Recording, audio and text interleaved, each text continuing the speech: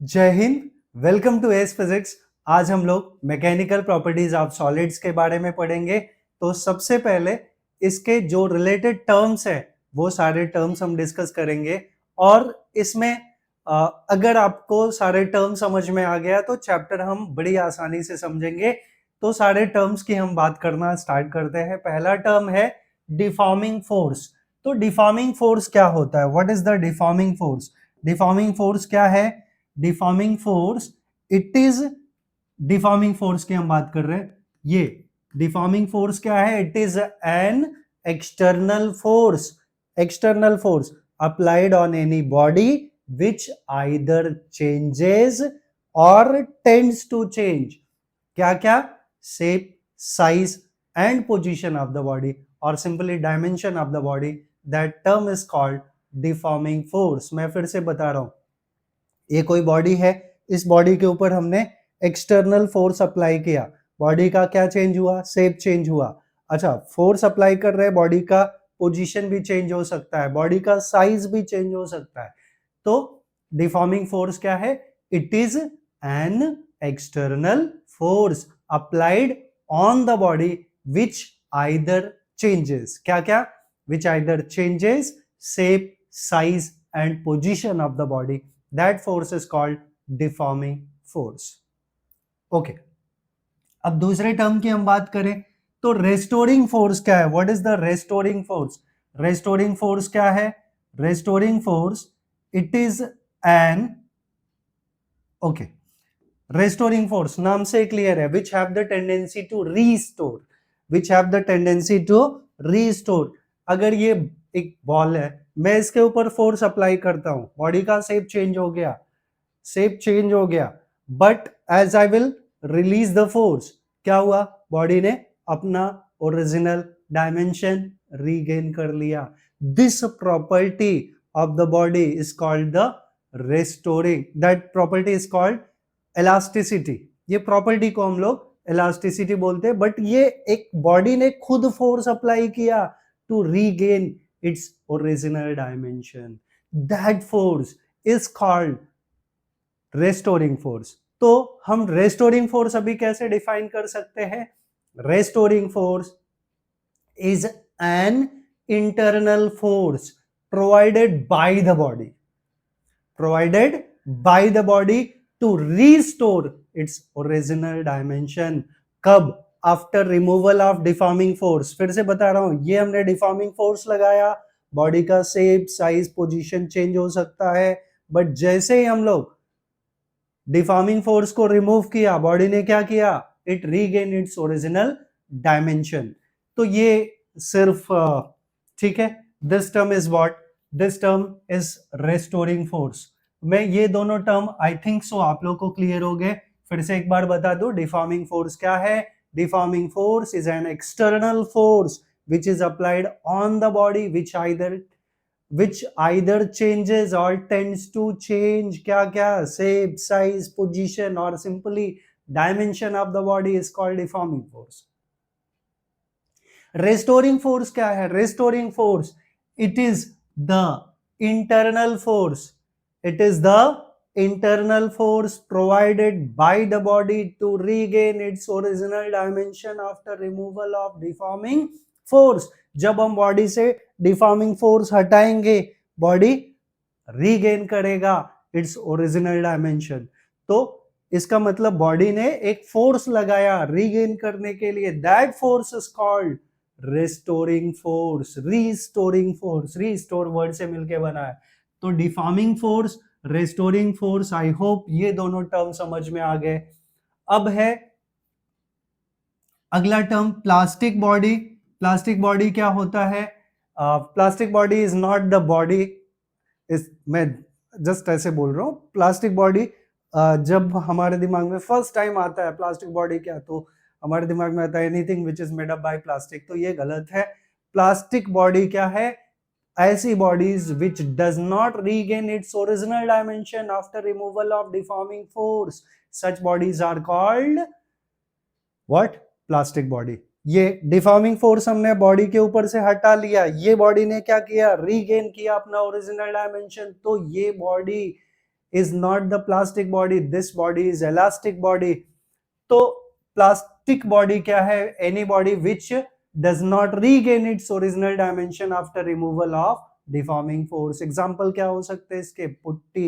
Putty या फिर yes we can say like any wall क्या है? वॉल पे एक हैमर हमने मारा, वॉल ब्रेक हो गया एंड वी आर एक्सपेक्टिंग कि वो अपना ओरिजिनल डायमेंशन रीस्टोर कर ले, तो that will not be possible क्योंकि वो प्लास्टिक बॉडी है. तो ऐसी bodies which do not regain its original dimension are called the plastic body.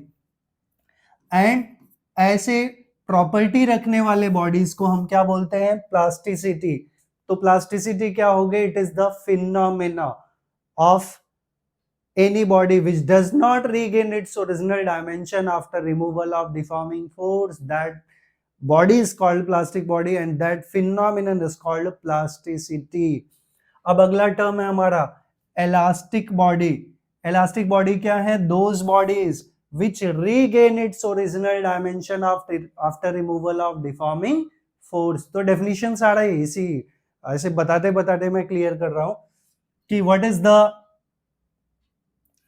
elasticity या elastic body क्या है? elastic bodies are those bodies which have the tendency to restore या which restore its original dimension after removal of deforming force. ऐसे bodies को हम क्या बोलते हैं? elastic body. and जो bodies ये फिनोमेना एग्जिबिट करते हैं, जिसके अंदर ये फिनोमेना होती है, वो क्या हुआ? That is the elasticity. तो हम सिंपली elasticity को कैसे डिफाइन कर लेंगे? elasticity is the property of a body by virtue of which body regain its original dimension after removal of deforming force. हमने बॉडी के ऊपर से डिफॉर्मिंग फोर्स हटाया, बॉडी ने रीगेन कर लिया, तो ये फिनोमेना बॉडी का इज कॉल्ड व्हाट? elasticity. और ऑलमोस्ट पूरे चैप्टर में हम इसी टर्म के बारे में पढ़ने वाले हैं, इलास्टिसिटी के बारे में.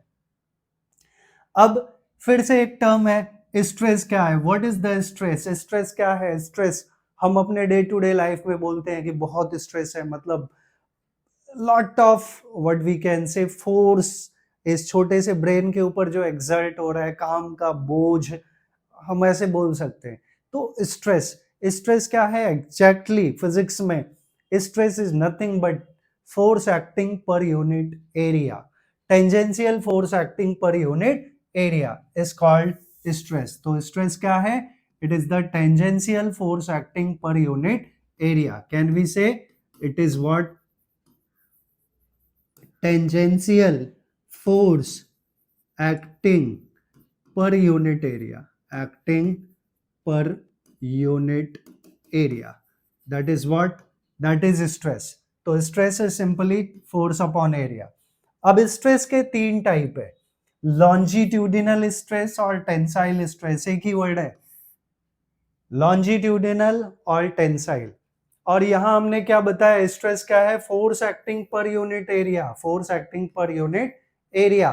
तो अगर फोर्स किसी बॉडी पे एक्ट हो रहा है along the length और उसका लेंथ चेंज हो रहा है, then stress associated with it is called longitudinal stress. तो लॉन्जिट्यूडिनल स्ट्रेस का डेफिनेशन क्या हो जाएगा?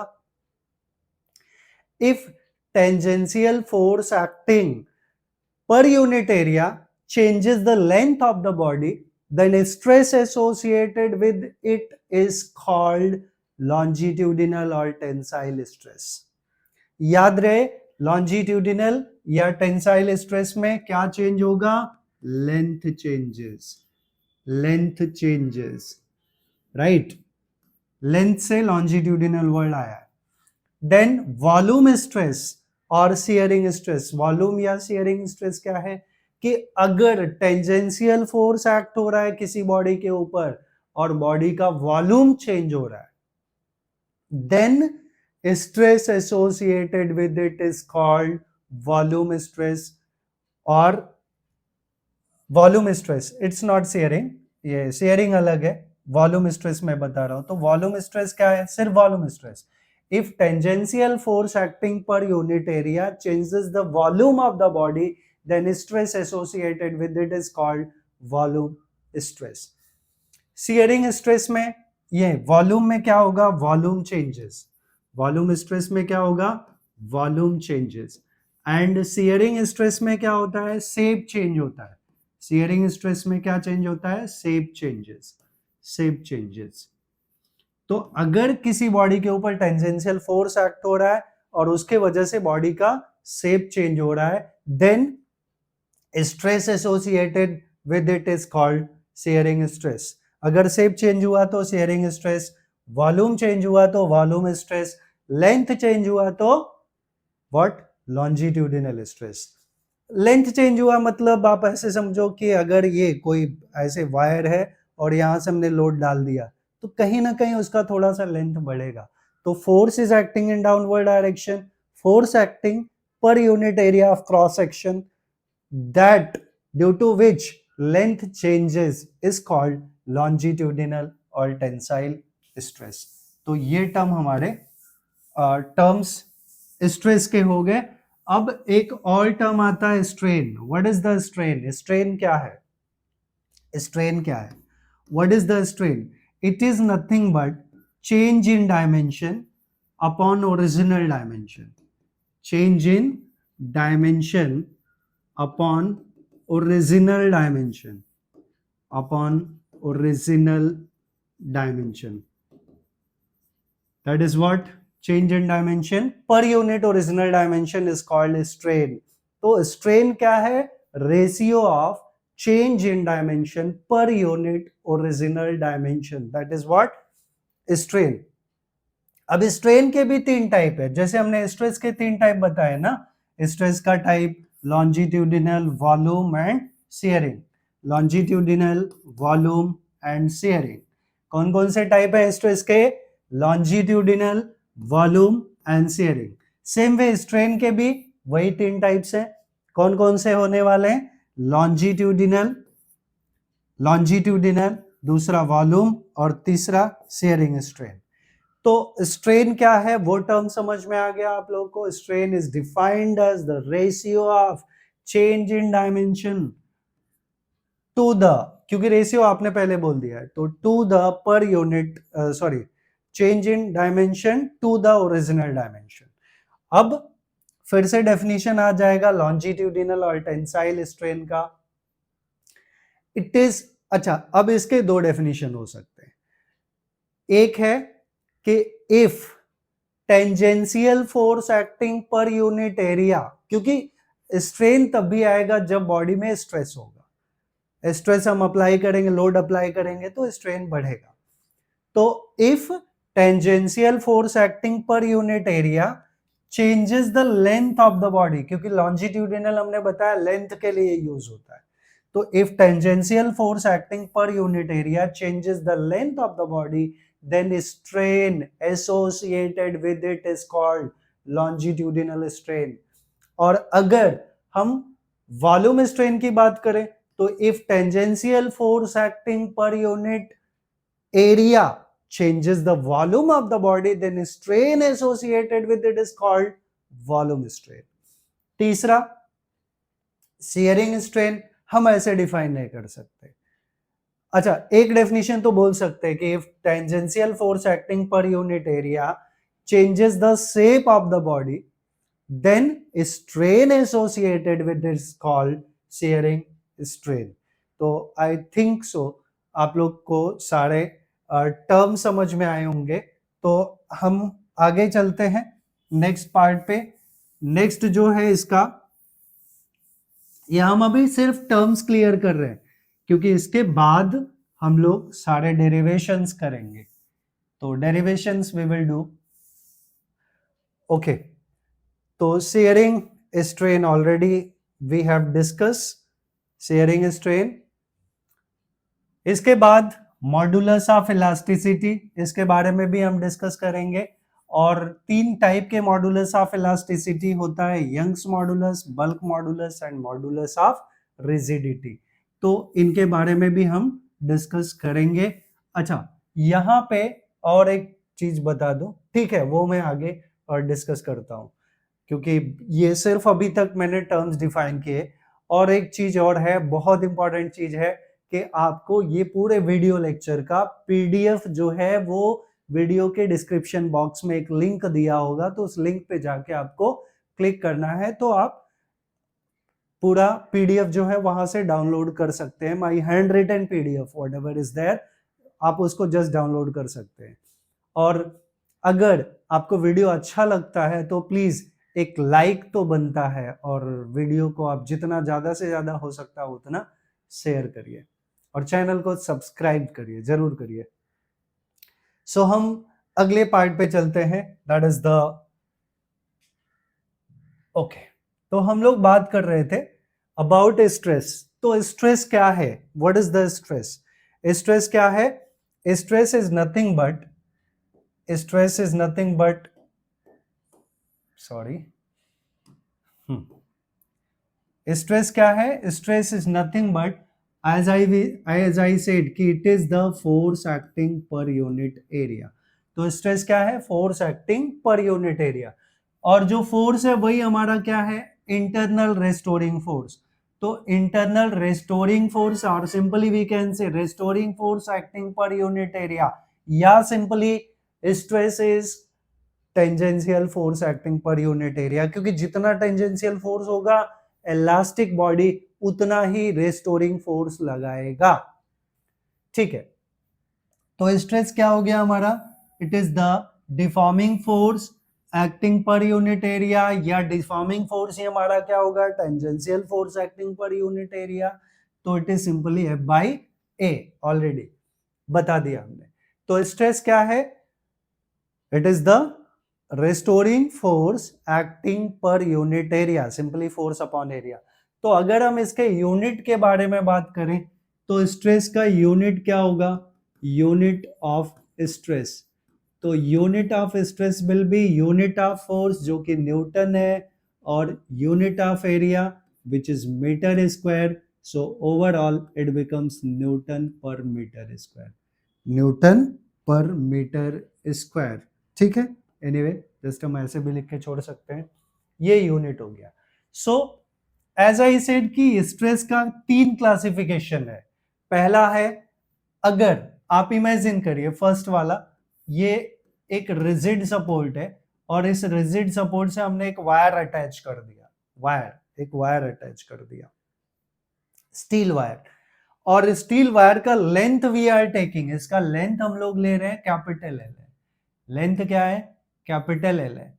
और इसके एंड से हम लोग एक लोड डाल रहे हैं, वेट, ये mg हो गया, दिस इज mg। अच्छा, mg को हम डाउनवर्ड डायरेक्शन से दिखाते तो यहाँ पे दिखा देता हूँ, mg हो गया। तो जब हमने लोड डाला, वेट डाला, तो क्या होगा? इसमें इंक्रीज इन लेंथ होने वाला है। तो इसका इंक्रीज इन लेंथ जो है that we can take, increase in length is this part, ये पार्ट हमारा इंक्रीज इन लेंथ है, that I will take small L, right. और फोर्स क्या हो गया? टेंजेंशियल फोर्स हमारा हो गया mg। तो लॉन्जिट्यूडिनल स्ट्रेस हुआ यहाँ पे, क्यों? क्योंकि जब हमने फोर्स अप्लाई किया तो इसका क्या चेंज हुआ? लेंथ चेंज हुआ।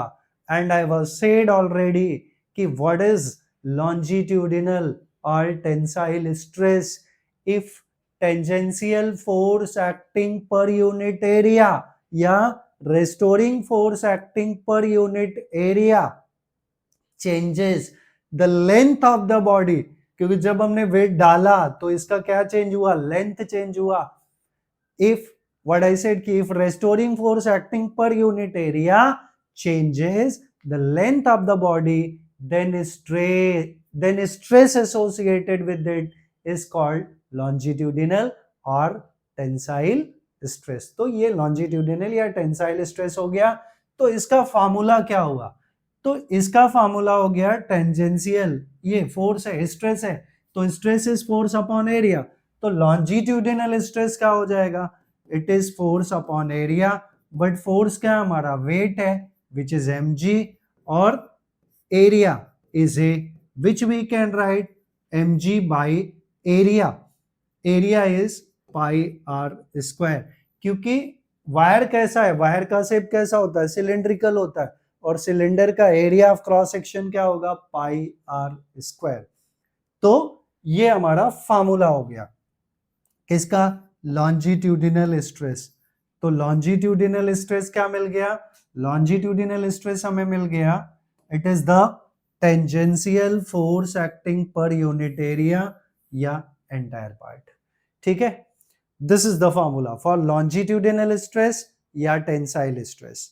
तो ठीक है, इसको हम कहीं भी लिख सकते हैं। इसी चीज को हमने यहाँ पे भी विद द डायग्राम किया था कि सपोज ये कोई मेटालिक रॉड है जिसका लेंथ कैपिटल एल है, ये लेंथ क्या है, कैपिटल एल है, और जब हम इसमें लोड अप्लाई करें, यहां मैंने दिखाया कि ये फोर्स है, फोर्स अप्लाई किया तो क्या हुआ, इसका लेंथ इतना बढ़ गया, इसको हमने कुछ भी we can say it is small L, या इसको हम डेल्टा एल ले लें, इट डिपेंड ऑन अस। तो लॉन्जिट्यूडिनल स्ट्रेस का डेफिनेशन पार्ट क्लियर हो गया। लॉन्जिट्यूडिनल स्ट्रेस क्या है, it is the restoring force acting per unit area, and along the length हुआ तो लॉन्जिट्यूडिनल हो गया। अब दूसरा देखें, दूसरा जो स्ट्रेस है वो हमारा वॉल्यूम स्ट्रेस। क्या है, वॉल्यूम स्ट्रेस। तो वॉल्यूम स्ट्रेस में हमने स्ट्रेस है, स्ट्रेस कुछ भी होने दो, स्ट्रेस का फॉर्मूला नहीं बदलेगा, it will B force acting per unit area. तो अगर किसी बॉडी पे हम फोर्स अप्लाई कर रहे हैं and force acting per unit area changes the volume of the body, then stress associated with it is called volume stress. अब वही हमने बॉल का एग्जांपल लिया था, सपोज ये बॉल है एंड इस बॉल को अगर हम चारों तरफ से क्या अप्लाई करें, tangential force from all possible directions, तो बॉल का साइज क्या हो रहा है, बॉल गेट स्क्वीज, तो इसका वॉल्यूम चेंज हो गया। क्या हो गया, वॉल्यूम इसका चेंज हो गया।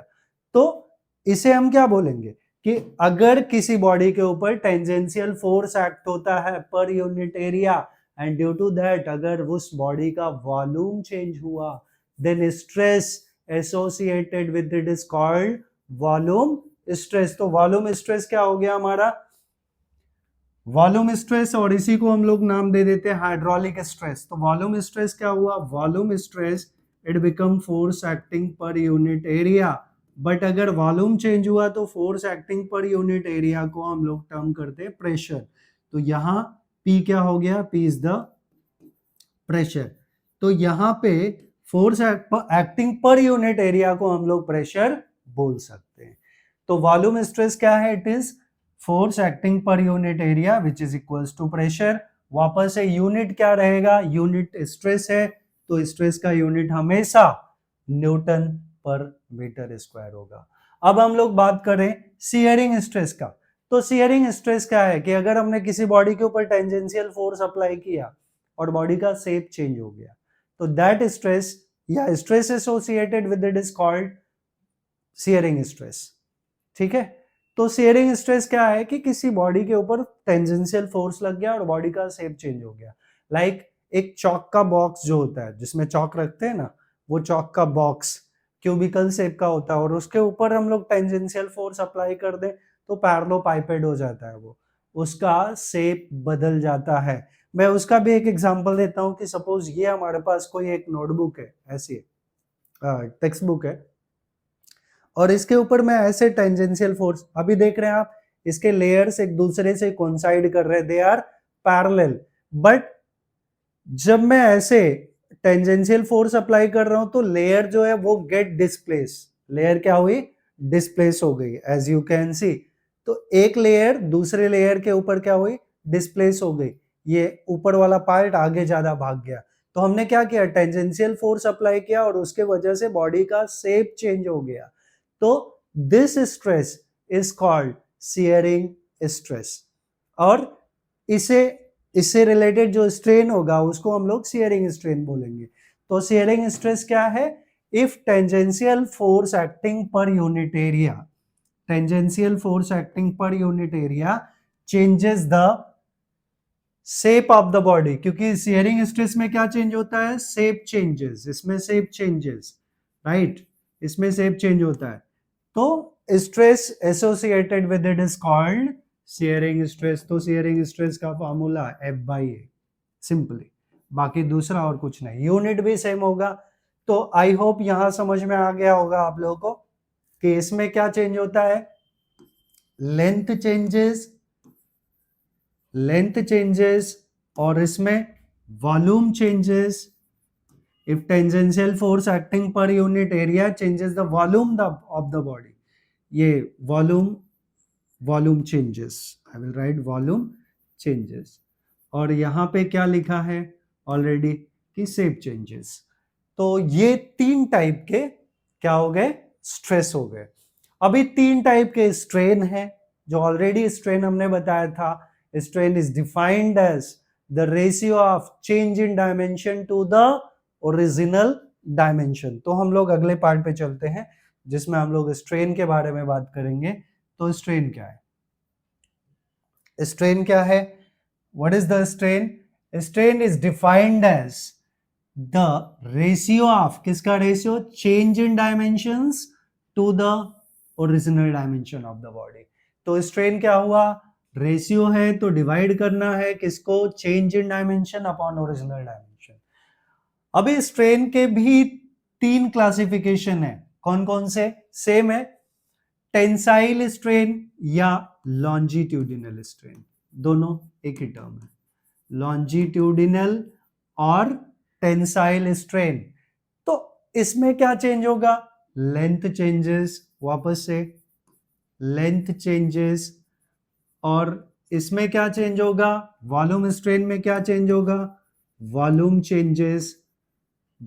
चेंजेस एंड शेयरिंग स्ट्रेन में क्या चेंज होगा, शेप चेंज होगा, जो ऑलरेडी हमने स्ट्रेस में ऑलरेडी डिस्कस किया था। तो शेप चेंजेस, राइट। अब दूसरा हम लोग यहां बात करेंगे कि ये change in dimension upon original dimension. तो यहां हम लोग बात करें, वही सेम डायग्राम फिर से है कि ये कोई बॉडी है, एक हम लोग सिलेंडर ले लेते हैं, या इसको मैं वापस से ऐसे ही ड्रॉ कर देता हूं कि ये रिजिड सपोर्ट है और यहां से हमने एक वायर लिया और वायर के दूसरे एंड से हमने क्या किया, वायर के दूसरे एंड से हमने कोई एक लोड डाल दिया, वायर से दूसरे एंड से हमने लोड डाल दिया। तो लोड डाल दिया तो क्या हुआ, इसका लेंथ बढ़ेगा। तो यहाँ लोड हमारा mg हो गया, फोर्स mg, और इसका increase in length small l हो गया और ये कैपिटल L है, it is the original length. तो सिंपली टेंसाइल या लॉन्जिट्यूडिनल स्ट्रेन क्या होगा, it will B change in length upon original length, right. तो चेंज इन लेंथ हम कैपिटल L ले लें, सॉरी स्मॉल l ले लें, और ओरिजिनल लेंथ हमारा कैपिटल L है। यहाँ पे हमने डेल्टा ले लिया है, इसको डेल्टा L ले लिया। तो टेंसाइल स्ट्रेन क्या हुआ, change in length upon original length, it is delta L by capital L। तो सेम डायग्राम। अभी वॉल्यूम स्ट्रेन, अच्छा, टेंसाइल स्ट्रेन को आप डिफाइन कैसे कर सकते हैं, दो तरीके। एक तो मैंने बताया था कि टेंसाइल या लॉन्जिट्यूडिनल स्ट्रेन है, तो if force acting per unit area changes the length of the body, then strain associated with it is called longitudinal strain. और दूसरा ये क्या है, रेशियो है, किसका, डायमेंशंस का। तो चेंज इन लेंथ, डायमेंशन में change in length upon original length, ये क्या हो गया, लॉन्जिट्यूडिनल स्ट्रेन। तो लॉन्जिट्यूडिनल या tensile strain may be defined as the ratio of change in length to the original length, एक डेफिनेशन हो गया। तो change in length upon original length and its formula is delta L by L। मैं यहां लिख देता हूं, longitudinal strain या tensile strain is equals to change in length upon original length, change in length upon original length, and change in length is delta L upon original length is capital L, या change in length is small l, I will take a small l, यहाँ पे मैं small l ले रहा हूँ। तो it is small L और ये कैपिटल एल, तो small L by capital L का टर्म हो गया। अब दूसरा टाइप है वॉल्यूम स्ट्रेन। तो वॉल्यूम स्ट्रेन का दूसरा डेफिनेशन क्या हो सकता है? It may be defined as the ratio of change in volume to the original volume, change in volume to the original volume. तो मान लेते हैं हमको ये बॉडी है, ये बॉडी है, इसका वॉल्यूम क्या है? v है, इसका वॉल्यूम इज v। और जब हमने इस पे चारों तरफ से क्या अप्लाई किया? फोर्स अप्लाई किया। तो force acting per unit area that is tending to pressure, और उसके वजह से its volume decreases and finally it becomes v dash. तो there is the change in volume, this is delta v। तो volume strain is change in volume upon original volume. So volume strain, volume strain, ये term क्या हो जाएगा? Change in volume is delta v upon original volume is v, but I will take minus sign. Minus sign क्यों होगा? Because volume decreases. Negative sign क्या बताता है? Decrease in volume, decrease in volume. Negative sign क्या बताता है हमें? Decrease in volume. तो ये टर्म हो गया। अभी तीसरा है शियरिंग स्ट्रेन। शियरिंग स्ट्रेन में, शियरिंग स्ट्रेन क्या होगा? It is defined as the ratio of change in dimension to the original dimension. जैसा कोई टर्म नहीं है, so we can't right like that way. तो it is the lateral displacement between two layers upon fixed distance between two layers. तो मैं shearing strain को S for shearing strain, S shearing strain, it is the lateral displacement between two layers which I will take it as x. बताता हूं मैं क्या है। Upon fixed distance between two layers, fixed distance between two layers, fixed distance between two layers, that I will take it as। तो मैं simply अगर बात करूं, जैसे बुक का एग्जाम्पल दे रहा था मैं, I was telling this example। तो यहां आप देख रहे हो कि इसमें ये वाला layer, I will show like this way, कि ये वाला लेयर ये लेयर से कोइंसाइड कर रहा है and they are equal and parallel, right. But जब मैं इस पे टेंजेंशियल फोर्स अप्लाई कर रहा हूं तो क्या हो रहा है? ऊपर वाला लेयर जो है वो स्लाइटली डिस्प्लेस हो गया नीचे वाले लेयर के कंपैरिजन में। ये डिस्प्लेस, यहां से यहां तक डिस्प्लेसमेंट हो गया, राइट, यहां से यहां तक ये डिस्प्लेसमेंट हो गया। तो ये x है और ये h है and it make some angle also, right. तो यही चीज को मैं यहां बता दूं कि लाइक दिस वे, कि हमने इस पे टेंजेंशियल फोर्स अप्लाई किया तो ये x हो गया, डिस्प्लेसमेंट हो गया। इस x को हम बोलते हैं लेटरल डिस्प्लेसमेंट। क्या बोलते हैं? Lateral displacement between two layers upon h। ये part I will take it as h, तो ये पार्ट h हो गया। h is the fixed distance between two layers. तो यहां हमने एक बना दिया triangle and this angle is theta. तो I will say it is x by h and x by h, मैं यहाँ पे डेल्टा l बाई l लिया है, but instead of this one I will take x by h। तो x by h tan theta होगा। वैसे भी देखें tan थीटा क्या होता है? Opposite upon adjacent. तो अपोजिट कौन सा? x है एंड एडजेसेंट क्या है? h है। तो शेयरिंग स्ट्रेन, शेयरिंग स्ट्रेन को अभी हम डिफाइन कर सकते हैं। It is defined as the ratio of lateral displacement between two layers to the fix distance between two layers, वो फिक्स रहने वाला है। तो x by h which is tan theta which is equals to theta. तो ये term हम आगे use करेंगे। अच्छा, एक और चीज कि स्ट्रेन का यूनिट क्या होता है? What is the unit of strain? यहां हमने देखा इंक्रीज इन लेंथ या change in length upon original length. तो इसका यूनिट मीटर, इसका भी unit metre, metre metre get cancel, so no unit. यहाँ change in volume upon original volume, वापस से वॉल्यूम का unit is metre cube upon metre cube, get cancel. x upon h, both are distances, so no unit. So strain will have no unit, no dimensions. तो हमने classification पढ़ लिया, किसका किसका, stress और स्ट्रेस का classification, definition of stress and classification, and strain और strain के क्लासिफिकेशन। अब एक ऑब्जर्वेशन पे हम ध्यान देने वाले हैं, उसके बाद किसी रिजल्ट पे जाएंगे हम लोग।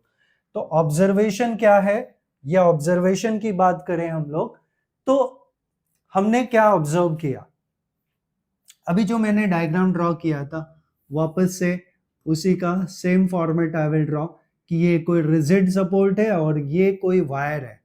इस वायर का original length is capital L, right, and as we apply the load across it, हम यहाँ पे लोड अप्लाई करें, कोई वेट अटैच कर दे, इससे वेट अटैच करेंगे तो its length will increase, and ये लोड है, ठीक है, ये लोड mg है, mg फोर्स लोड जो भी हम बोले, and let a be the area of cross section of this wire. a क्या है, area of cross section, area of cross section, right, area of cross section. तो अब हमें यह सोचना है कि अगर हमने लोड ज्यादा अप्लाई किया तो क्या होगा, इंक्रीज इन लेंथ ज्यादा हो सकता है, इंक्रीज इन लेंथ क्या होगा, ज्यादा हो सकता है, this is the increase in length, ये बढ़ सकता है, राइट। ध्यान रहे, प्रैक्टिकली ऑब्जर्व करना हमें कि अगर हमने लोड बढ़ाया, फोर्स बढ़ाया, वेट बढ़ाया, तो क्या होगा, क्या होगा, अगर लोड हमने बढ़ा दिया तो क्या होगा, इंक्रीज इन लेंथ ज्यादा होगा, और लोड थोड़ा बढ़ा है तो इंक्रीज इन लेंथ कम होगा।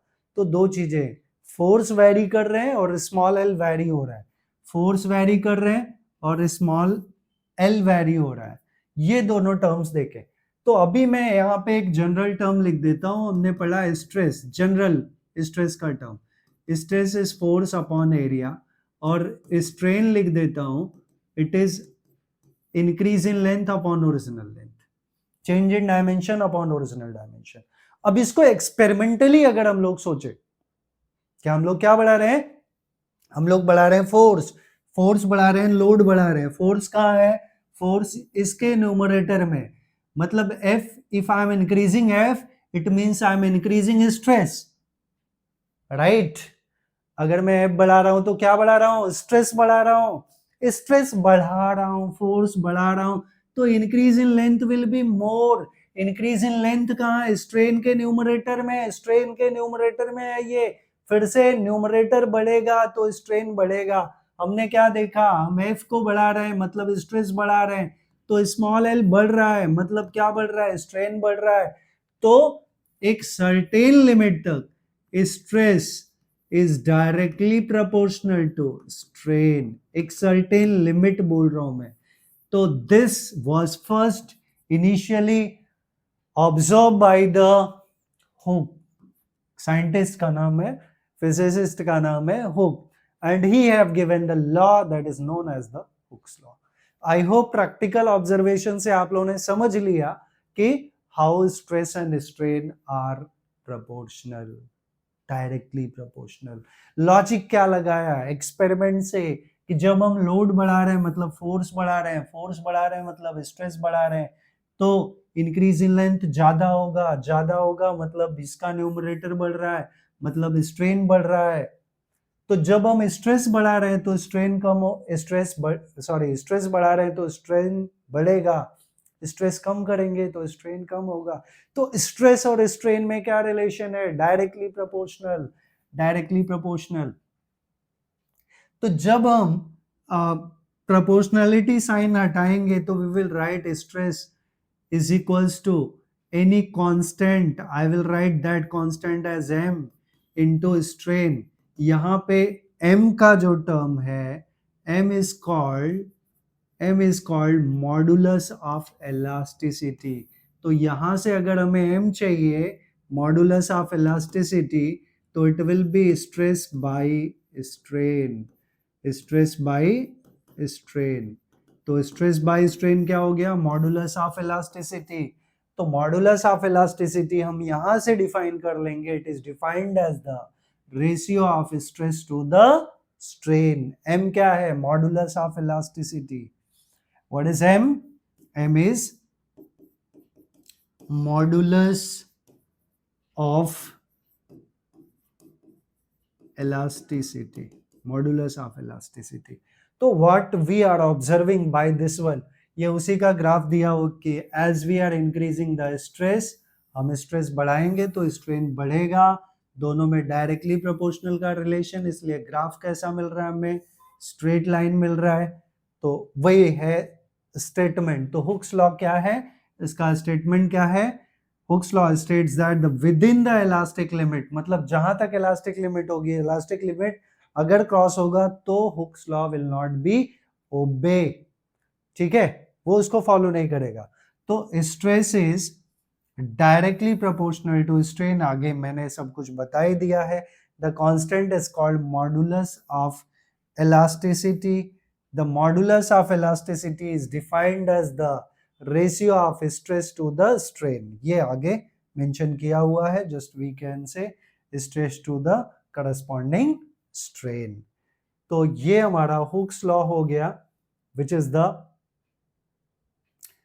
जहां से हमें मॉडुलस ऑफ इलास्टिसिटी का टर्म मिला।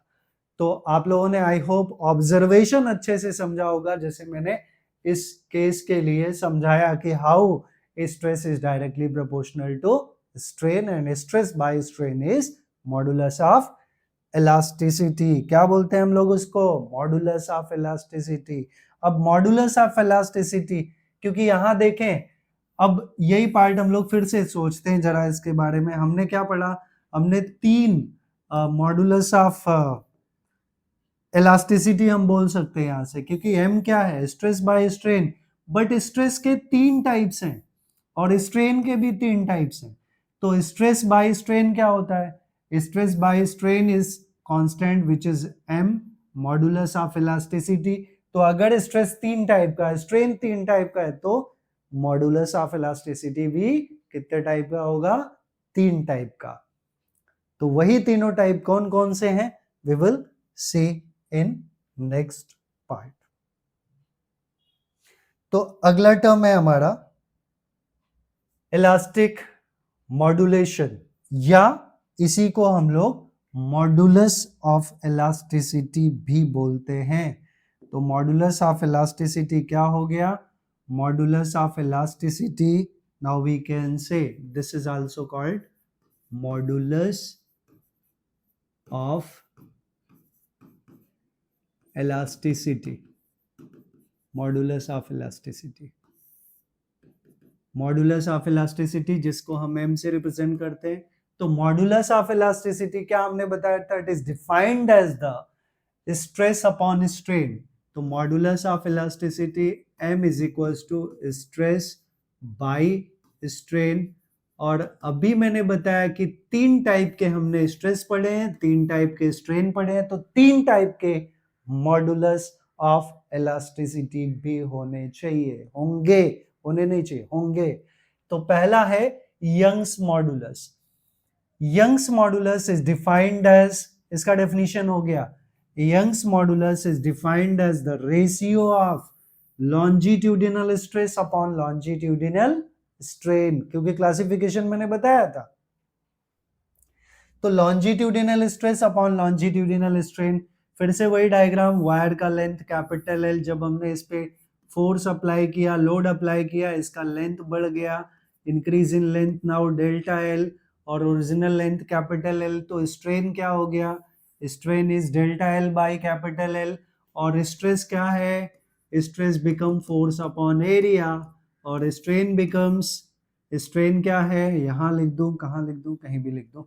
तो स्ट्रेन जो है लॉन्जिट्यूडिनल स्ट्रेन, वो क्या होगा, that will be small l by capital L, I will take instead of delta L I will take capital small l by capital L, ठीक है। तो Young's modulus is longitudinal stress upon longitudinal strain. अब मैं बता दूं कि Young's modulus को हम डिफाइन कैसे करेंगे, it is defined as the ratio of longitudinal stress to the longitudinal strain. और प्रीवियस पार्ट में हम लोग पढ़ चुके हैं, यंग्स मॉडुलस को हम रिप्रेजेंट करते हैं y से, it is Young's longitudinal stress is force upon area upon longitudinal strain क्या है, it is small L by capital L. तो ये आ गया हमारा फल बाई एल, बड़ा फल बाई एल। बड़ा फल क्यों बोल रहा हूं? बिकॉज कैपिटल एल ऊपर है, ऊपर बड़ा एल है, कैपिटल एल, तो फल by L. This also can be written as, इसको हम फर्दर लिख सकते हैं, फोर्स क्या है? mg है, क्योंकि हमने जितना भी डायग्राम ड्रॉ किया था ऐसे टाइप के बताया तो था कि जब हम वेट अप्लाई करते हैं mg तो इसका लोड बढ़ता है, इंक्रीज इन लेंथ बढ़ता है, area of cross section fixed है, तो यही टर्म हुआ ना, mg into capital L by area of cross section. Wire, wire जो है, वायर का शेप कैसा है? सिलिंड्रिकल है, और सिलेंडर का एरिया ऑफ क्रॉस सेक्शन क्या होता है? Pi are square, right. So area will be pi are square, area की हम बात कर रहे हैं, इनटू एल। तो हमें यंग्स मॉडुलस का फॉर्मूला मिल गया, फल बाई एल, और this is mgl upon pi are square L. तो ये फाइनली हमें यंग्स मॉडुलस का फॉर्मूला मिल गया। अब हम बात कर लेते हैं यूनिट का। तो मॉडुलस ऑफ इलास्टिसिटी क्या है? Stress upon strain. तो स्ट्रेन का तो वैसे भी कोई यूनिट नहीं होता, जो यूनिट स्ट्रेस का होता है वही मॉडुलस ऑफ इलास्टिसिटी का होगा, और स्ट्रेस का यूनिट क्या होता है? Newton per metre square. तो मॉडुलस ऑफ इलास्टिसिटी, वो चाहे यंग्स मॉडुलस हो, बल्क मॉडुलस हो, मॉडुलस ऑफ रिजिडिटी हो, सबका यूनिट क्या होगा?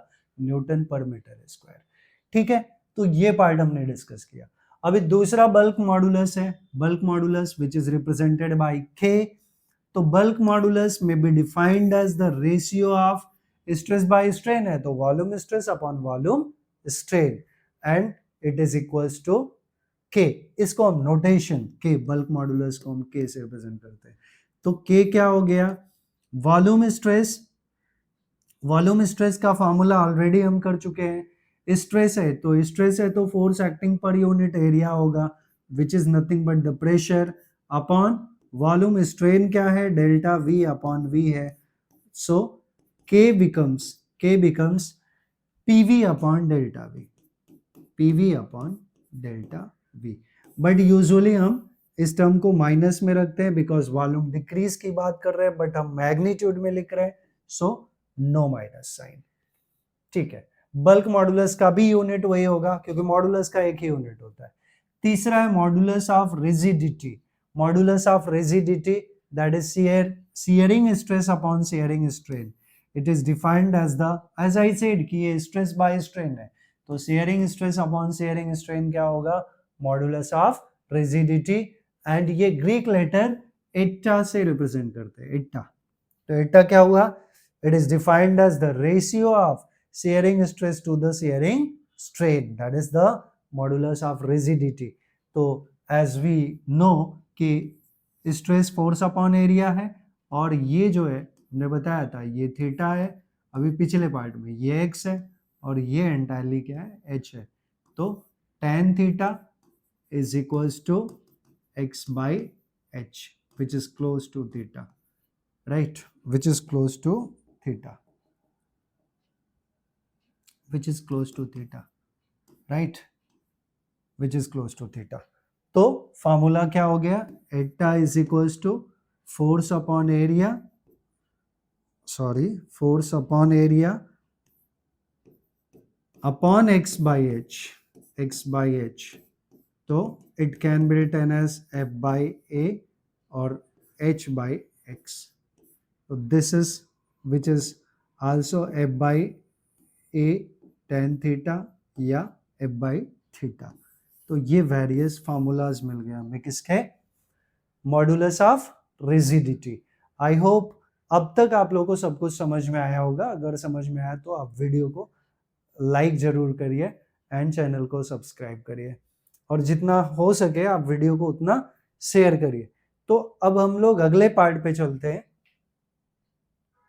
अगला पार्ट है हमारा स्ट्रेन एनर्जी। स्ट्रेन एनर्जी क्या है? Strain energy, the elastic potential energy, elastic potential energy gained by a wire during elongation.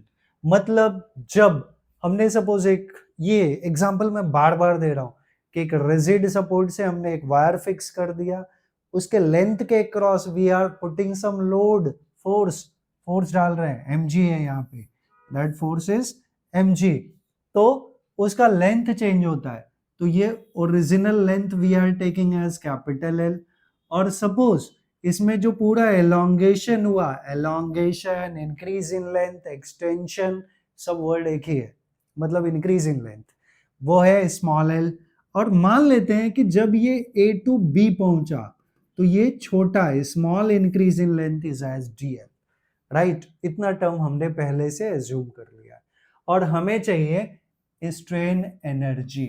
तो मैं आप लोगों को बता दूं कि जब आप कोई भी फिजिक्स में डेरिवेशन करते हैं तो उसका अप्रोच क्या होता है ये आपको पता होना चाहिए। यहाँ पे एनर्जी चाहिए, तो energy is the form of work done, और वर्क डन क्या होता है, फोर्स इनटू डिस्प्लेसमेंट, बस यही डेरिवेशन का अप्रोच है। तो हमें कहीं ना कहीं यहाँ फोर्स ढूंढना पड़ेगा, डिस्प्लेसमेंट दिखाना पड़ेगा, तो डिस्प्लेसमेंट मैंने डीएल यहाँ दिखा दिया है। अब फोर्स क्या आएगा, अब यहाँ पे देखें हम लोग, तो हम लोग ये जो स्टील वायर सपोज लिया है उसका यंग्स मॉडुलस होगा, तो यंग्स मॉडुलस इज फल बाई एल, से वहां से हम लोग फोर्स ढूंढ सकते हैं।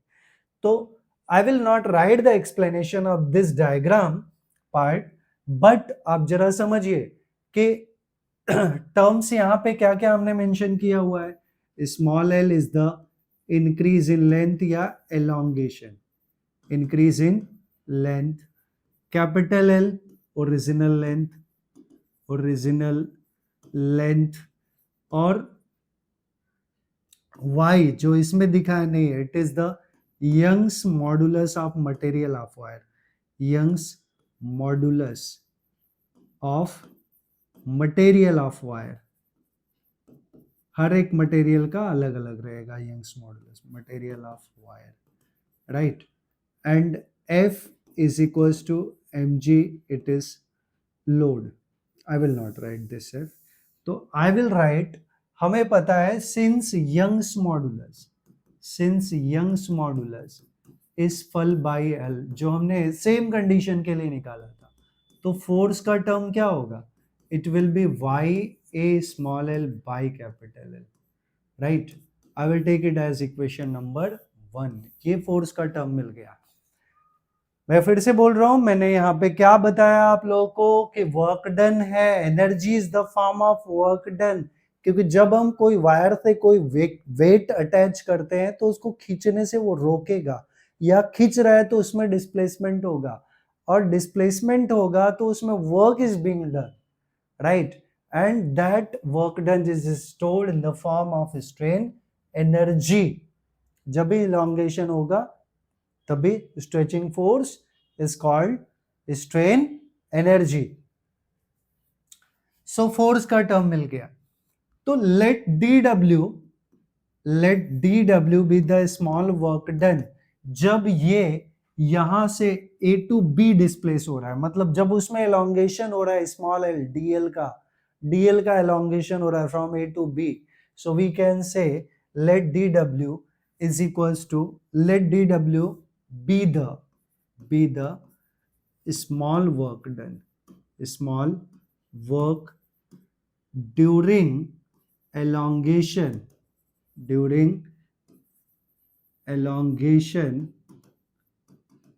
in wire कहां से कहां तक, from A to B, from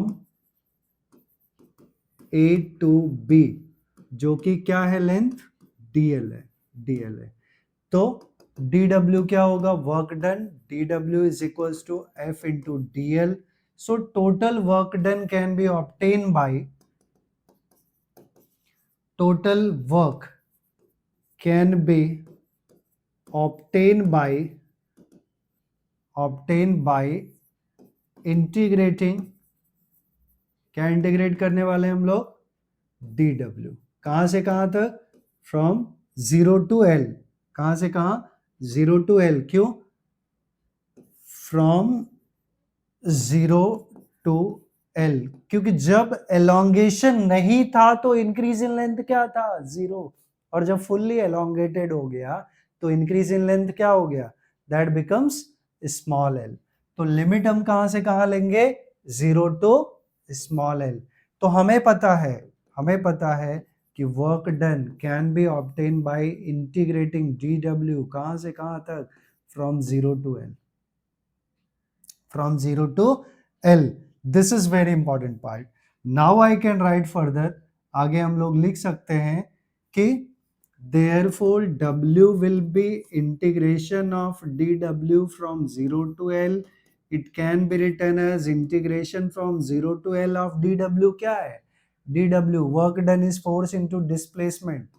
force का टर्म मैं बाद में डालूंगा, तो ये हो गया F into dl, which we can write W is equals to integration from 0 to L of what is F? F is Y AL by capital L, Y AL by capital L into ये F हो गया, this is F from 1 we can say. तो W क्या हो गया, integration from 0 to L, या इसमें कुछ टर्म्स कांस्टेंट है, we will take first constant terms, हम कांस्टेंट टर्म बाहर ले लेते हैं, तो कांस्टेंट टर्म हम बाहर ले लेंगे, तो y a by capital L, इतना पार्ट हमारा कांस्टेंट है, integration from 0 to L of L dl, right.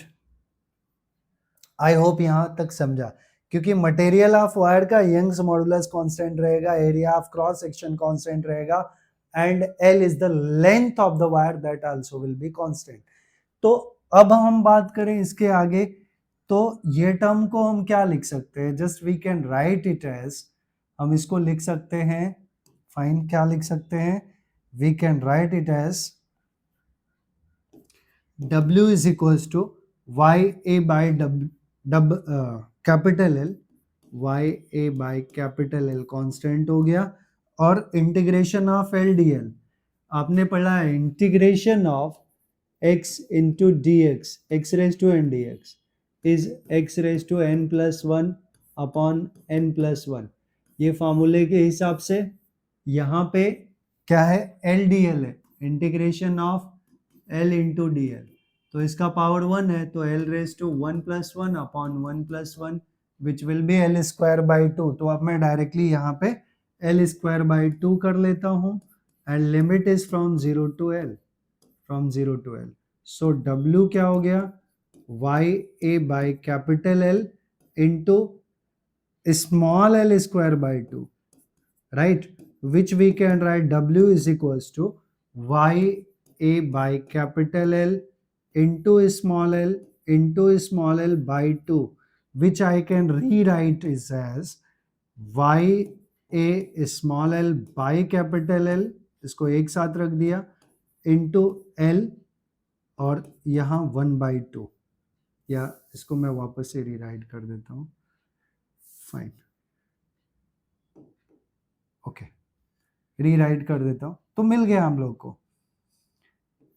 ये टर्म क्या है हमारा, दिस वर्क डन, अच्छा ये टर्म है क्या, this work done W is equals to, which we can write 1/2 into F into L, because F क्या है, ये जो ब्रैकेट वाला पार्ट है ना, that is F, वही F है, YA small l by capital L।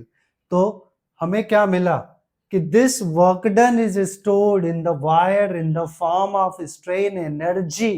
तो strain energy का डेरिवेशन हमें क्या मिल गया, it is equals to 1/2 into F into L, 1/2 into load, F is load into extension या elongation, small l क्या है, extension या elongation।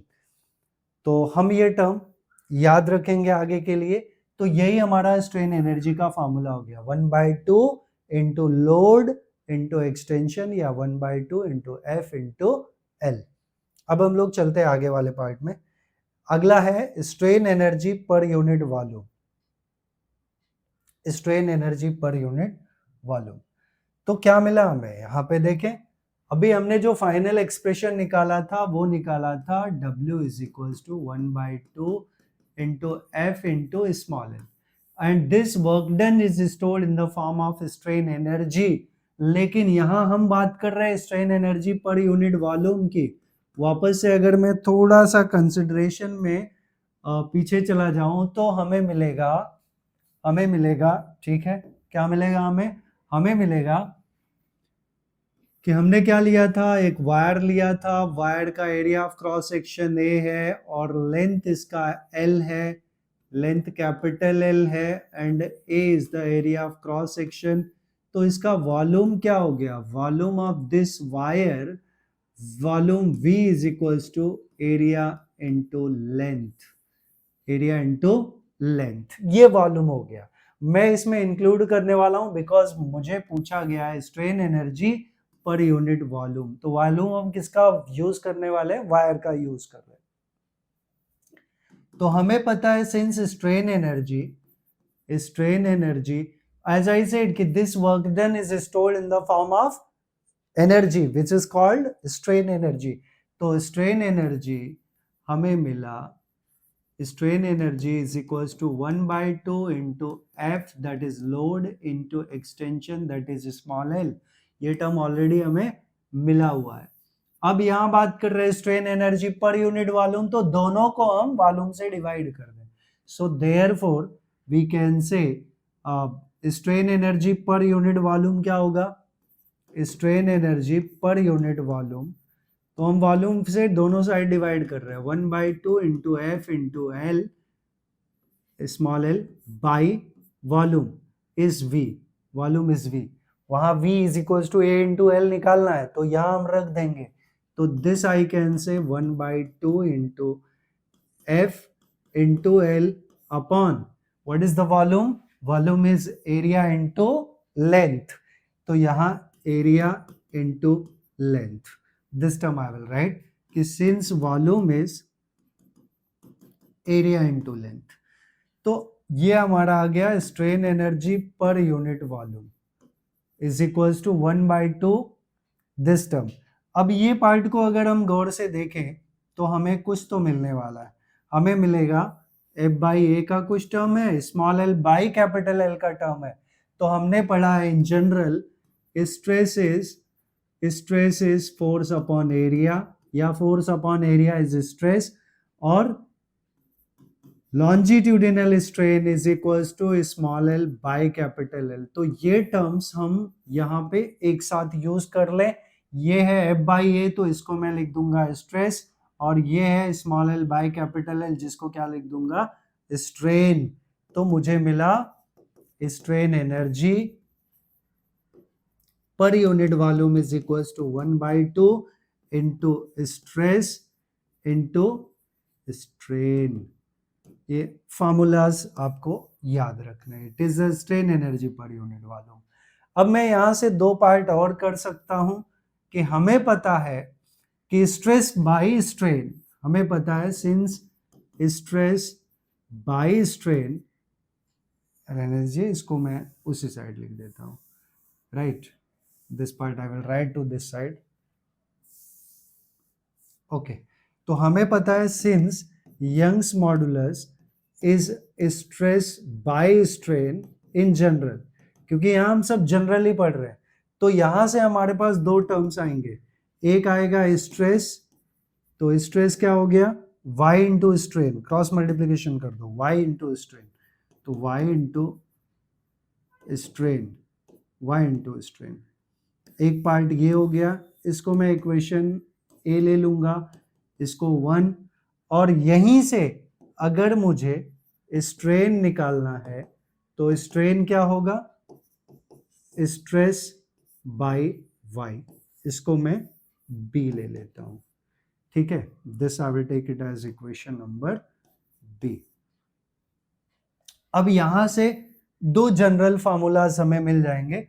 मैं एक काम करता हूं, इक्वेशन 1 में अगर a का वैल्यू डाल दूं और इक्वेशन 1 में अगर b का वैल्यू डाल दूं, तो दो अलग अलग कंडीशन मिल जाएगी मुझे। पहली मिलेगी, first condition I will get कि अगर मैं स्ट्रेस के जगह y इंटू स्ट्रेन डाल देता हूं तो ये वाला टर्म हमारा क्या हो जाएगा, इक्वेशन 1 वाला, कि strain energy per unit volume that will be equals to 1/2 into stress के जगह क्या डाल दें, y into strain, स्ट्रेस की जगह क्या डाल दें, y इंटू स्ट्रेन, और इंटू स्ट्रेन ऑलरेडी है, तो स्ट्रेन ऑलरेडी है, तो ये क्या हो गया, strain into strain, strain square, तो हमें मिला strain energy per unit volume is equals to 1/2 into Y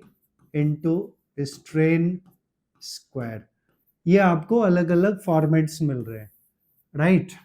अब अगला टर्म हम क्या निकालें, इक्वेशन 1 में बी डाल दें, सिर्फ बी, तो इक्वेशन 1 वापस से क्या हो जाएगा, जब मैं बी मतलब स्ट्रेन का वैल्यू डालूं तो 1/2 strain energy per unit volume is equals to 1/2 into, यहां क्या डाला था हमने, स्ट्रेस का वैल्यू डाला था, स्ट्रेस का वैल्यू डाला था, अब हम स्ट्रेन का वैल्यू डालेंगे, तो strain is stress by Y, तो stress into strain is stress by Y, ये टर्म हम लोग सब्सटीट्यूट कर रहे हैं, तो strain energy per unit volume, ये हमें क्या मिलेगा, it will be 1/2 into stress stress square upon Y. तो ये इसके वेरियस फॉर्म्स मिल गए हमें, किसके, strain energy per unit volume. अगर आप लोग इसका स्क्रीनशॉट लेना चाहते हैं तो ले सकते हैं। अब हम लोग अगले टर्म पे चलते हैं। अगला टर्म है okay, Poisson's ratio. Poisson's ratio क्या है, what is the Poisson's ratio? तो पॉइजन्स रेशियो हम लोग बात करेंगे। यहाँ पॉइजन्स रेशियो बताने से पहले मैं बताना चाहूंगा आपको कि लेटरल स्ट्रेन क्या होता है। What is the lateral strain? Strain बात कर रहे हैं कि अगर हम कोई एक वायर लेते हैं, वायर के क्रॉस अगर लोड अटैच करते हैं तो वायर का लेंथ बढ़ेगा। अगर वायर का लेंथ बढ़ा तो कहीं ना कहीं उसका डायमीटर थोड़ा कम होगा। वैसा ही एक कंसिडरेशन है कि पहले लेटरल स्ट्रेन डिफाइन करना है। Ratio of change in dimensions to the original dimensions in the direction perpendicular to the applied force. Perpendicular to the applied force हम बात करें, ये टर्म है, लोड या वेट है mg, और ये हम फोर्स ऐसे अप्लाई कर रहे हैं, तो ratio of change in dimension to the original dimension in a direction perpendicular to the applied force. अब ध्यान रहे, अप्लाइड फोर्स हमारा ऐसा है और इसके परपेंडिकुलर इधर का जो चेंज इन डायमेंशन हो रहा है, तो चेंज इन डायमेंशन क्या हो रहा है, डायमीटर बदल रहा है, राइट। तो change in diameter upon original diameter, that is called lateral strain. सीधा सीधा नहीं बोल रहा है कि ये lateral strain is change in diameter to the original diameter, but हमें वही याद रखना है कि lateral displacement, lateral displacement, sorry lateral strain की बात हम कर रहे हैं, डिस्प्लेसमेंट नहीं, लेटरल स्ट्रेन। तो लेटरल स्ट्रेन क्या है, it is the change in diameter, change in diameter upon original diameter, original diameter, okay. तो चेंज इन डायमीटर को डेल्टा डी लिख देता हूं, ओरिजिनल डायमीटर को डेल्टा सिर्फ डी लिख देता हूं, that becomes the lateral strain. ये लेटरल स्ट्रेन हो गया। वापस ये स्ट्रेन है तो नो यूनिट। और पॉइजन्स रेशियो क्या है, इट इज, ये पॉइजन्स रेशियो का डेफिनेशन नहीं, ये डेफिनेशन है लेटरल स्ट्रेन का जो ऑलरेडी हम ऑब्टेन कर चुके। And Poisson's ratio it is defined as the ratio of lateral strain to the longitudinal strain.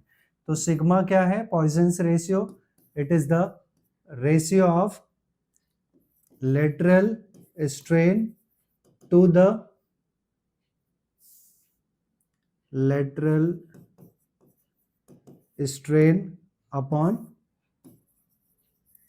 longitudinal strain, longitudinal strain। और यहाँ पे देखें जब हम लोड डाल रहे हैं तो लॉन्जिट्यूडिनल स्ट्रेन क्या होगा, यहाँ मैंने दिखाया डायमीटर ज्यादा है, यहाँ पे कम हो गया, और ये इंक्रीज इन लेंथ है, ये ओरिजिनल लेंथ है, तो लेटरल लॉन्जिट्यूडिनल स्ट्रेन क्या हुआ, it is small L by capital L. तो लेटरल स्ट्रेन हमें मिला delta D by D upon ये लॉन्जिट्यूडिनल स्ट्रेन हम लोग क्या पढ़ रहे हैं, small L by capital L. तो Poisson's ratio sigma is equals to L delta D upon L into D. This become the term of Poisson's ratio, and Poisson's ratio is represented by the term sigma.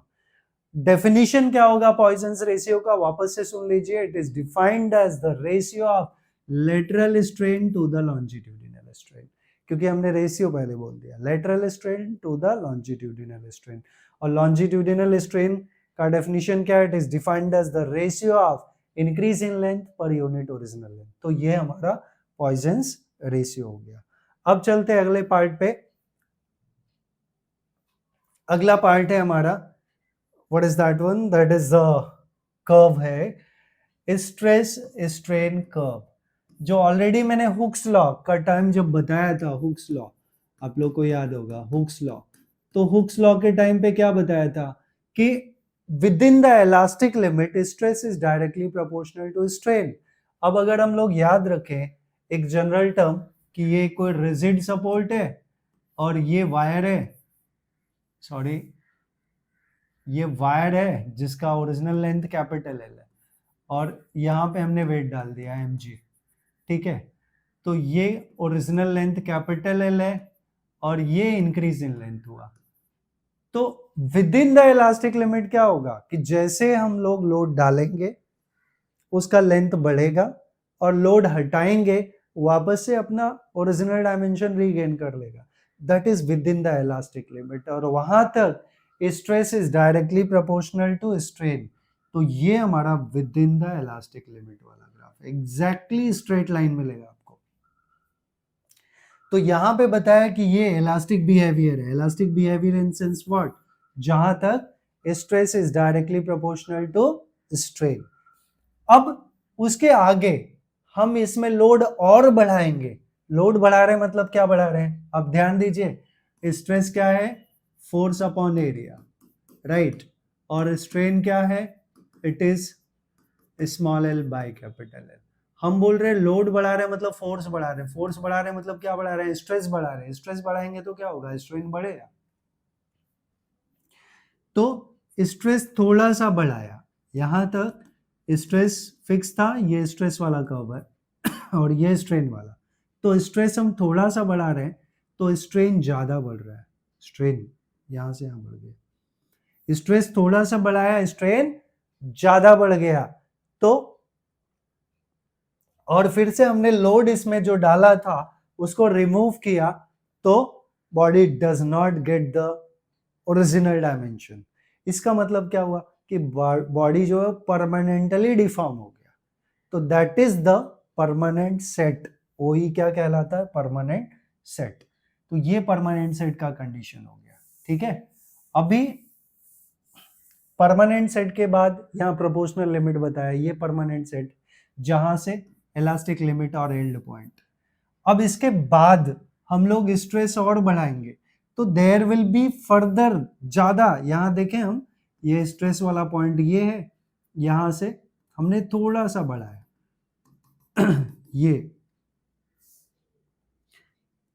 ये term आप समझिए कि ये part बहुत थोड़ा सा बढ़ा, मतलब स्ट्रेस जो है हमने थोड़ा सा बढ़ाया, बहुत इतना माइनर चेंज हुआ, बट स्ट्रेन का बहुत ज्यादा चेंज हुआ।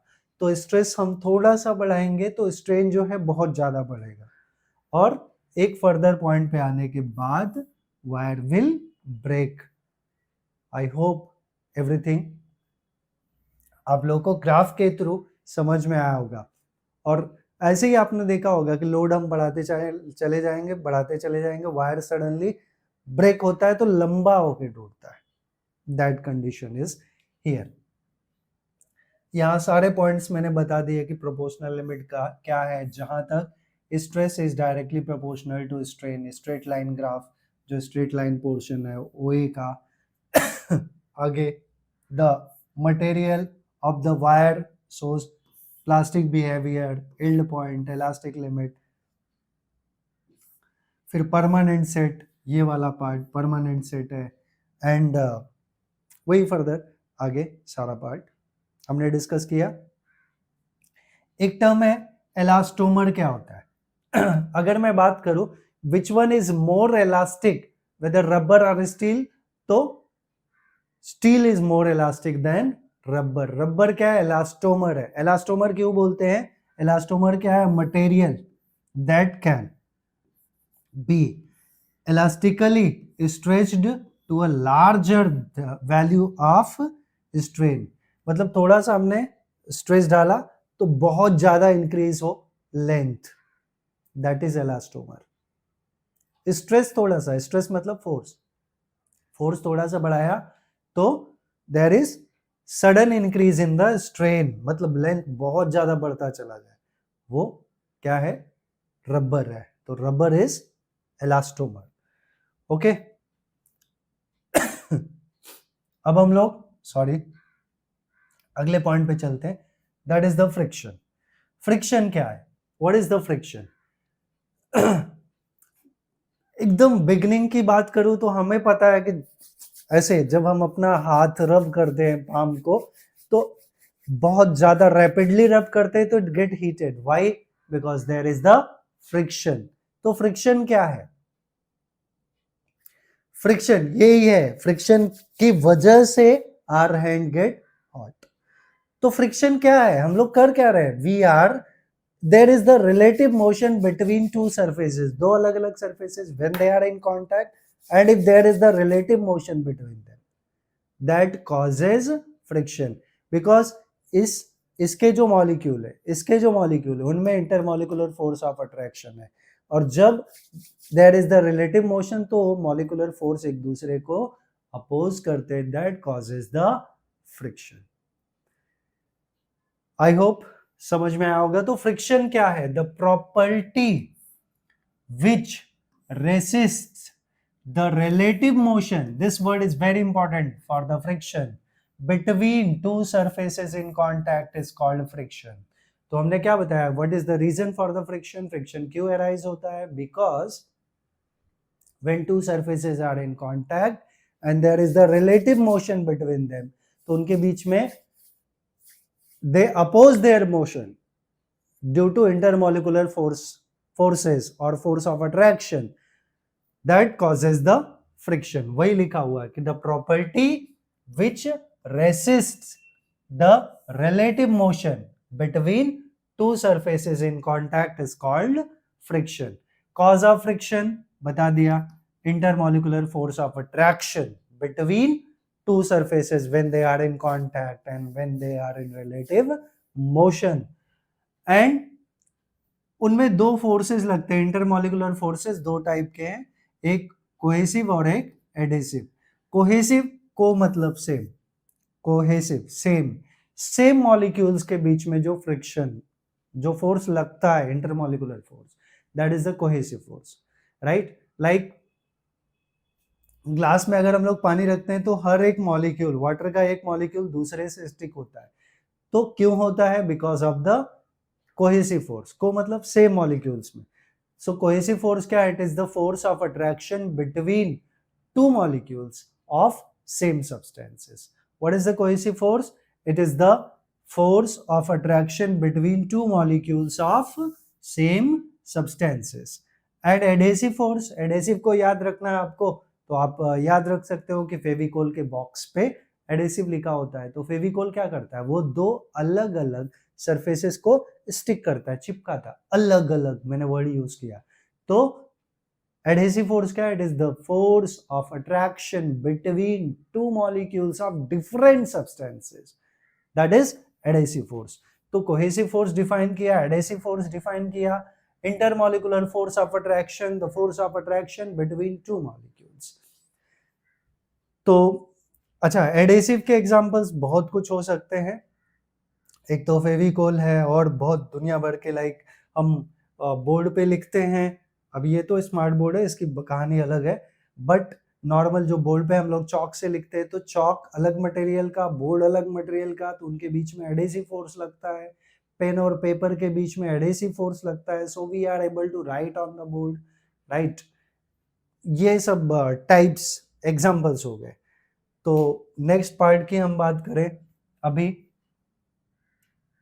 फ्रिक्शन की बात कर रहे थे, तो फ्रिक्शन के टाइप ऑफ फ्रिक्शन, 3 टाइप के फ्रिक्शन है। और फ्रिक्शन क्यों अराइज होता है ये हम ऑलरेडी बता चुके हैं, बहुत एसेंशियल है, क्योंकि अगर फ्रिक्शन नहीं होता तो हम चल नहीं पाते, हम गिर जाते, हमेशा गिर जाते। तो 3 टाइप के फ्रिक्शन है।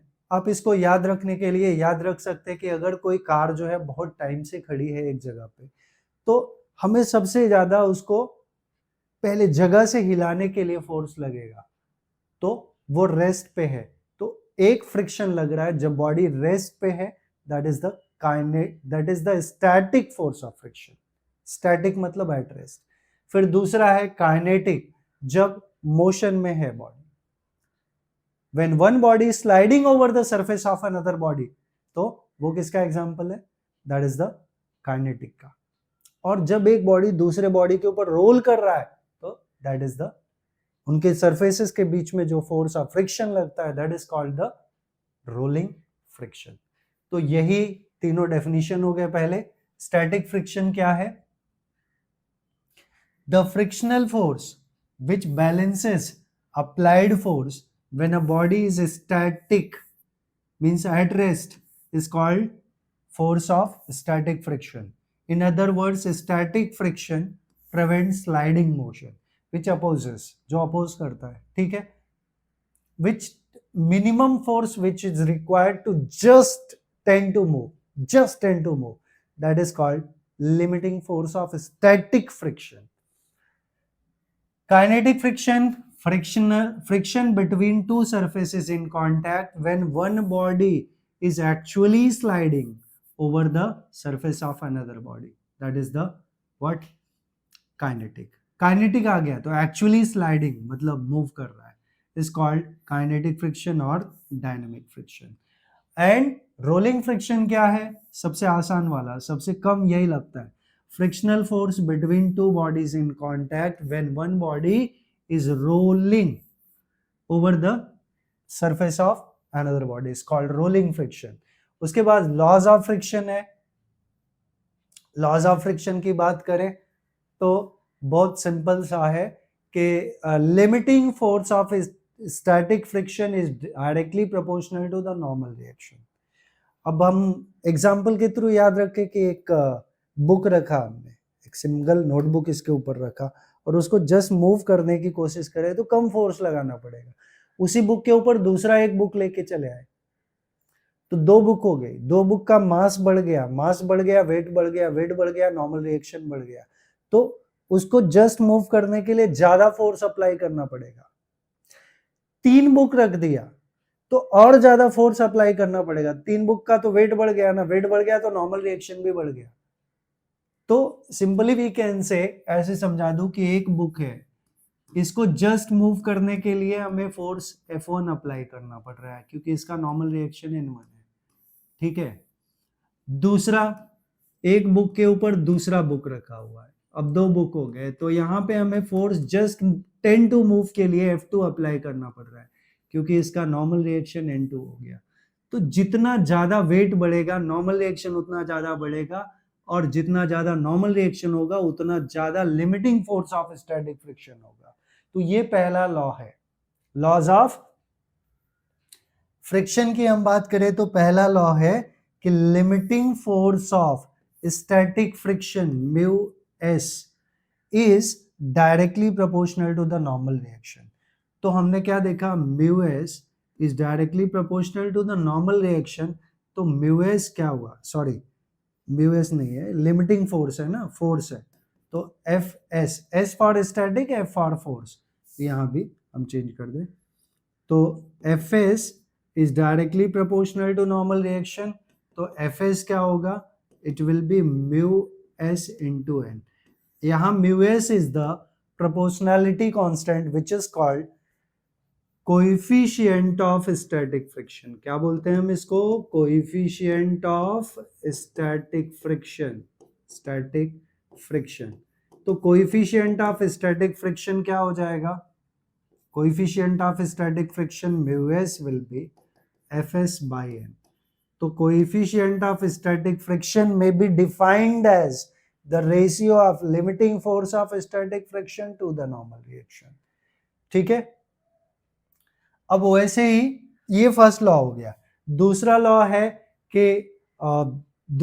है कि it depend on the nature of the surface. जो फ्रिक्शनल फोर्स है it depend on the nature of the surfaces in contact.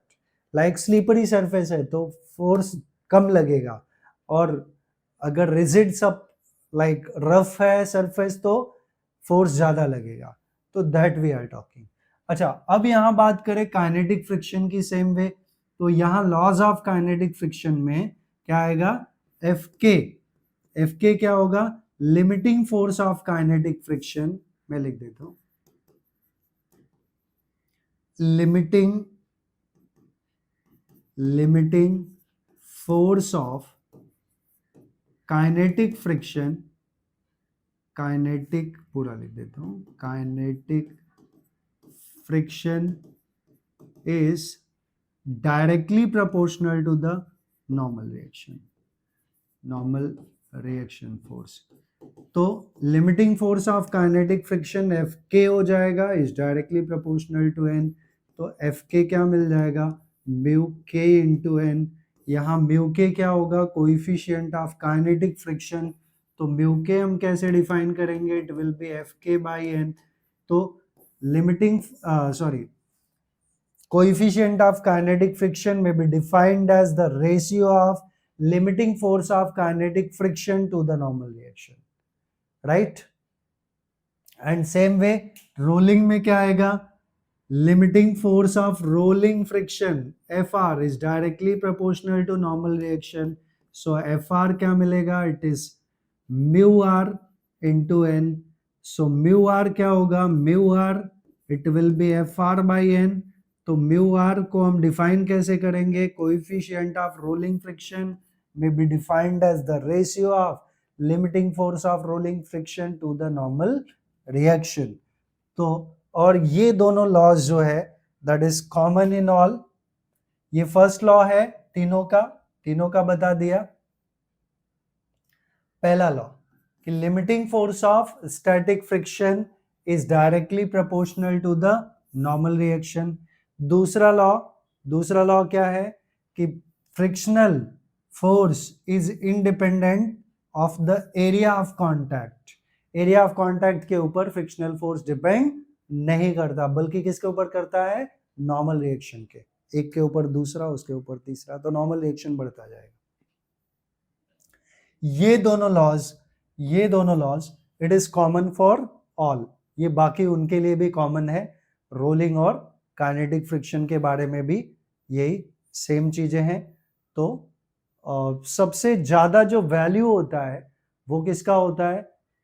Static friction का, उससे कम काइनेटिक का, और सबसे कम किसका? रोलिंग फ्रिक्शन का।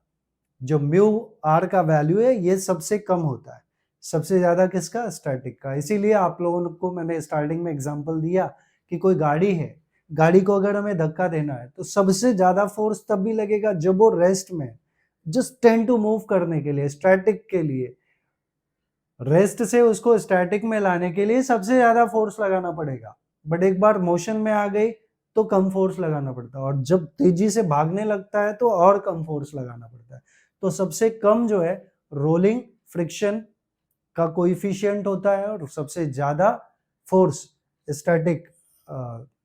स्टैटिक सबसे ज्यादा, और रोलिंग फोर्स सबसे कम लगता है।